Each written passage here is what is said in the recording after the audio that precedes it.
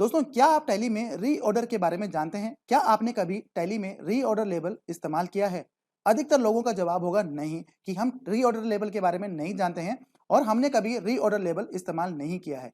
तो यहाँ पे मैं आपको इस वीडियो में बताने वाला हूँ कि रीऑर्डर लेबल होता क्या है, इसका इस्तेमाल आप टैली में कैसे कर सकते हैं। तो वीडियो को पूरा जरूर देखिएगा। तो नमस्कार दोस्तों, मेरा नाम है वीरेंद्र कुकरेती और स्वागत करता हूँ आपका टैली टेक्निकल चैनल पर। मेरी वीडियो पहली बार देख रहे हैं तो चैनल को सब्सक्राइब कर देना और अगर आप इस वीडियो को फेसबुक पे देख रहे हैं तो फेसबुक पेज को भी फॉलो कर देना। तो चलिए दोस्तों, शुरू करते हैं।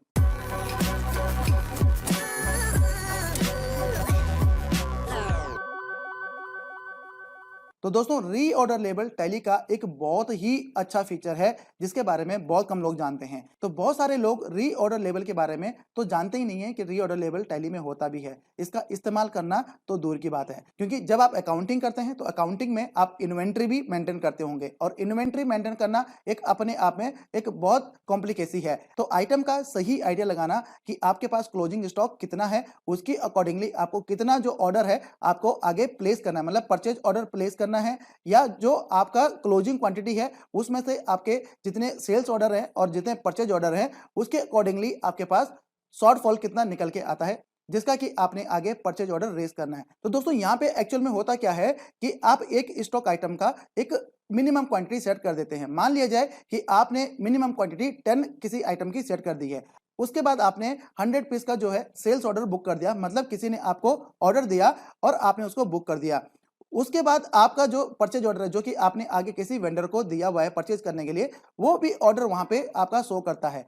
तो उसके बाद जो आपने मिनिमम क्वांटिटी सेट की है तो उसकी अकॉर्डिंगली टैली आपको उस आइटम का शॉर्टफॉल निकाल के दे देता है कि भाई आपको इतनी आइटम की जरूरत है। तो यहाँ पे आपको सिर्फ और सिर्फ मिनिमम क्वांटिटी और रीऑर्डर क्वांटिटी को सेट करना होता है और बाकी काम टैली अपने आप करता है। आपको एक रिपोर्ट बना के दे देता है कि ये सारी जो स्टॉक आइटम है इनकी मिनिमम क्वांटिटी इतनी है, इनका रीऑर्डर जो क्वांटिटी है वो इतनी है, इतने आपने सेल्स ऑर्डर बुक कर दिए हैं, इतने आपने परचेज ऑर्डर बुक कर दिए हैं, उसके अकॉर्डिंगली आपका जो शॉर्टफॉल निकल के आता है वो आता है ये। तो अब आप इसका परचेज ऑर्डर आप रेज कर लीजिए। तो दोस्तों, ऐसे आपको कम समझ आएगा, मैं आपको बाई प्रैक्टिकली करके इसको दिखाता हूं। तो चलिए कंप्यूटर स्क्रीन में चलते हैं और देखते हैं कि कैसे इसको मेंटेन करते हैं। तो दोस्तों, टैली में सबसे पहले आपने स्टॉक आइटम का मिनिमम क्वांटिटी और रीऑर्डर क्वांटिटी सेट कर देना है। तो सेट आप कैसे करेंगे, आपको जाना है ऑल्टर में और यहाँ पे आपने जाना है शो मोर पे, और शो मोर पे जाने के बाद आपके पास यहाँ पे एक ऑप्शन आता है रीऑर्डर लेवल स्टॉक आइटम। तो यहाँ पे आपने एंटर करना है तो कौन सी आइटम का आपने रीऑर्डर क्वांटिटी और मिनिमम क्वांटिटी सेट करना है। तो यहाँ पे हम सभी की करके देख लेते हैं। तो फर्स्ट आइटम हम यहाँ पे चूज कर लेते हैं। तो यहाँ पे देखिए दो कॉलम आपको यहाँ पे देखने को मिलते हैं, रीऑर्डर क्वांटिटी और मिनिमम क्वांटिटी। तो रीऑर्डर क्वांटिटी और मिनिमम क्वांटिटी में फर्क क्या है? तो मिनिमम क्वांटिटी का मतलब है दोस्तों कि जैसे ही हमारा स्टॉक आइटम का क्लोजिंग बैलेंस इस मिनिमम क्वांटिटी से नीचे जाएगा तो वैसे ही हमारा जो रीऑर्डर लेबल है, जो हम रीऑर्डर क्वांटिटी है, वो ऑटोमेटिकली यहाँ पे पिक कर लेगा। ठीक है, तो यहाँ पे हम क्या करते हैं, इस आइटम का मिनिमम क्वांटिटी सेट कर देते हैं 100 पीस। ठीक है, और हम रीऑर्डर क्वांटिटी यहाँ पे सेट कर देते हैं कि जैसे हमारा ये 100 से नीचे आए तो हमारा 500 आइटम का 500 क्वांटिटी का जो है इस ऑर्डर का हमें शॉर्टफॉल दिखा दे, मतलब हमें तुरंत 500 पीस का ऑर्डर करना पड़ेगा। ठीक है, तो ये हमने यहाँ पे रीऑर्डर क्वांटिटी 500 और मिनिमम क्वांटिटी 100 यहाँ पे सेव कर दिया है, सेट कर दिया है।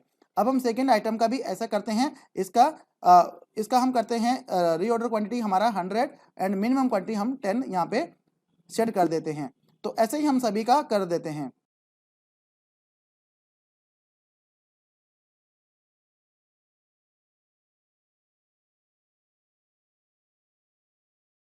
तो ये हमारी सभी आइटम का रीऑर्डर क्वांटिटी और मिनिमम क्वांटिटी हमने यहाँ पे सेट कर दी है।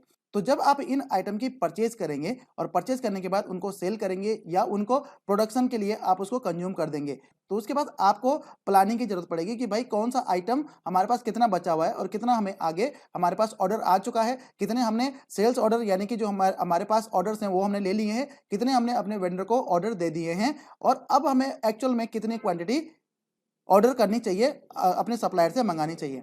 तो अब हमें जरूरत पड़ती है रीऑर्डर लेवल को देखने की, मतलब इसका स्टेटस देखने की। तो यहाँ पे हम रीऑर्डर लेवल को देखने के लिए हम क्या करेंगे, हम जाएंगे गो टू में, और गो टू में जाने के बाद यहाँ पे हम टाइप करेंगे रीऑर्डर और जैसे आप रीऑर्डर टाइप करेंगे तो यहाँ पे आपके पास 3-4 ऑप्शन आ जाते हैं। अगर आपके ग्रुप वाइज देखना है तो ग्रुप वाइज भी आप देख सकते हैं, कैटेगरी वाइज भी आप देख सकते हैं और स्टॉक आइटम वाइज भी आप देख सकते हैं। तो यहाँ पे हम चलते हैं स्टॉक ग्रुप में और यहाँ पे प्राइमरी हम ले लेते हैं। तो यहाँ पे देखिए क्लोजिंग स्टॉक हमारे पास कुछ भी नहीं बचा हुआ है, ना ही हमने परचेज ऑर्डर यहाँ पे रेज किया है, मतलब अपने पार्टीज अपने सप्लायर को हमने परचेज ऑर्डर भी नहीं दिया है इन आइटम्स का, और ना ही हमने सेल्स ऑर्डर यहाँ पे बुक किया है जिससे कि हमें पता लगे कि हमें कितना और सेल करना है। और यहाँ पे नेट अवेलेबल भी हमें नहीं दिखा रहा है, लेकिन हमें री ऑर्डर लेवल हमें यहाँ पे दिखा रहा है कि इस आइटम का री ऑर्डर लेवल कितना है और उसका शॉर्टफॉल कितना आ रहा है और मिनिमम क्वांटिटी हमारे पास कितनी होनी चाहिए, और उसके साथ साथ यहाँ पे ऑर्डर टू बी प्लेस हमें कितना दिखा रहा है, वो सारी की सारी क्वांटिटी हमारी यहाँ पे रीऑर्डर में दिखा रहा है, क्योंकि हमारे पास क्लोजिंग स्टॉक तो है ही नहीं। तो अब हम क्या करते हैं, यहाँ पे एक एक वाउचर यहाँ पे बुक कर देते हैं। पहले हम इस आइटम को परचेज करेंगे, उसके बाद कुछ आइटम का कुछ क्वांटिटी का हम सेल ऑर्डर बुक कर देंगे, कुछ आइटम का हम परचेज ऑर्डर बुक कर देते हैं। उसके बाद देखते हैं यहाँ पे सिनेरियो क्या आता है।